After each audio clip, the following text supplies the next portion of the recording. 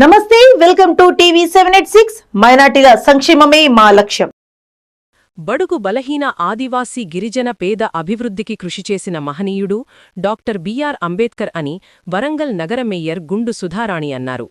అంబేద్కర్ ఆశయాలను ప్రతి ఒక్కరూ ముందుకు తీసుకువెళ్లాలని ఆమె పేర్కొన్నారు. గ్రేటర్ వరంగల్ మున్సిపల్ ప్రధాన కార్యాలయ ఆవరణలో భారత రాజ్యాంగ నిర్మాత బిఆర్ అంబేద్కర్ 135వ జయంతి వేడుకలు జరిగాయి. కార్యక్రమంలో మేయర్ గుండు సుధారాణి, నగర కమిషనర్ హనుమకొండ జిల్లా కలెక్టర్ చాహద్ బాజ్పాయి, ఉద్యోగ సంఘాల నాయకులు, ఉద్యోగులు, కార్మికులు తదితరులు పాల్గొని అంబేద్కర్ విగ్రహానికి పూలమాలలు వేసి ఘనంగా నివాళులర్పించారు. ఈ సందర్భంగా మేయర్ సుధారాణి మాట్లాడుతూ, బాబాసాహెబ్ అంబేద్కర్ రచించిన రాజ్యాంగం ద్వారా బడుగు బలహీన నిరుపేదవర్గ ప్రజలకు విద్యావోటక్కు రావడం జరిగిందని అన్నారు. పేదల అభివృద్ధికి కృషి చేసిన మహనీయుల ఆశయాలను ప్రతి ఒక్కరూ ముందుకు తీసుకువెళ్లాలని ఆమె పేర్కొన్నారు. అంబేద్కర్ ఆశయాలను అంబేద్కర్ ఆశయాలను అంబేద్కర్ ఆశయాలను అంబేద్కర్ ఆశయాలను జై జై జై జై జై అంబేద్కర్ ఆశయాలను భారత రాజ్యాంగాన్ని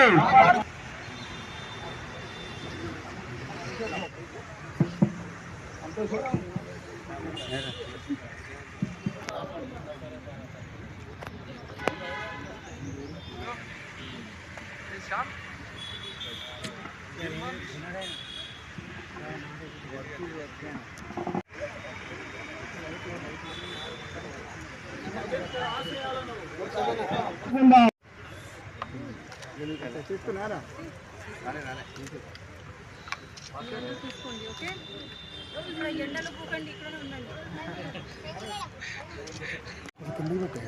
బాబాసాహెబ్ అంబేద్కర్ గారి జన్మదిన సందర్భంగా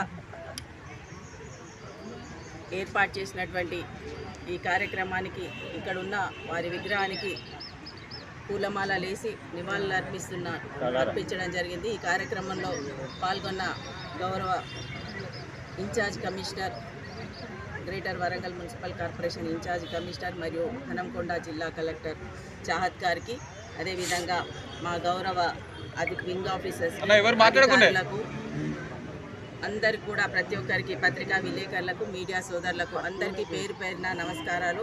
స్వర్గీయ అంబేద్కర్ గారి జయంతి శుభాకాంక్షలు తెలియజేసుకుంటున్నాను. ఈరోజు వారి జన్మదినాన్ని, జయంతిని పురస్కరించుకొని రాజ్యాంగ నిర్మాతగా వారి ప్రతి ఒక్కరికి కూడా అన్ని వర్గాలకు న్యాయం చేసే విధంగా రాజ్యాంగాన్ని నిర్మించడం, దాంట్లో విద్యకి ప్రాధాన్యతనిస్తూ విద్యా హక్కు, ఓటు హక్కు ఇవన్నీ ఇవ్వడం, ఈరోజు చిన్నపిల్లలకు కూడా తెలిసే విధంగా అంబేద్కర్ గారు అంటే ఏంటిది అని కూడా ఈరోజు అందరికీ ఉంది. అందుకే కూడా ఐక్యరాజ్య సమితి కూడా వారి జయంతిని గొప్పగా జ్ఞానం సంపాదించే దినంగా మనం చేసుకోవడం జరుగుతుంది. కేవలం మన దేశంలోనే కాదు, అందరూ కూడా ఇంటర్నేషనల్ లెవెల్లో కూడా వారి గురించి ఆలోచించడం జరుగుతుంది.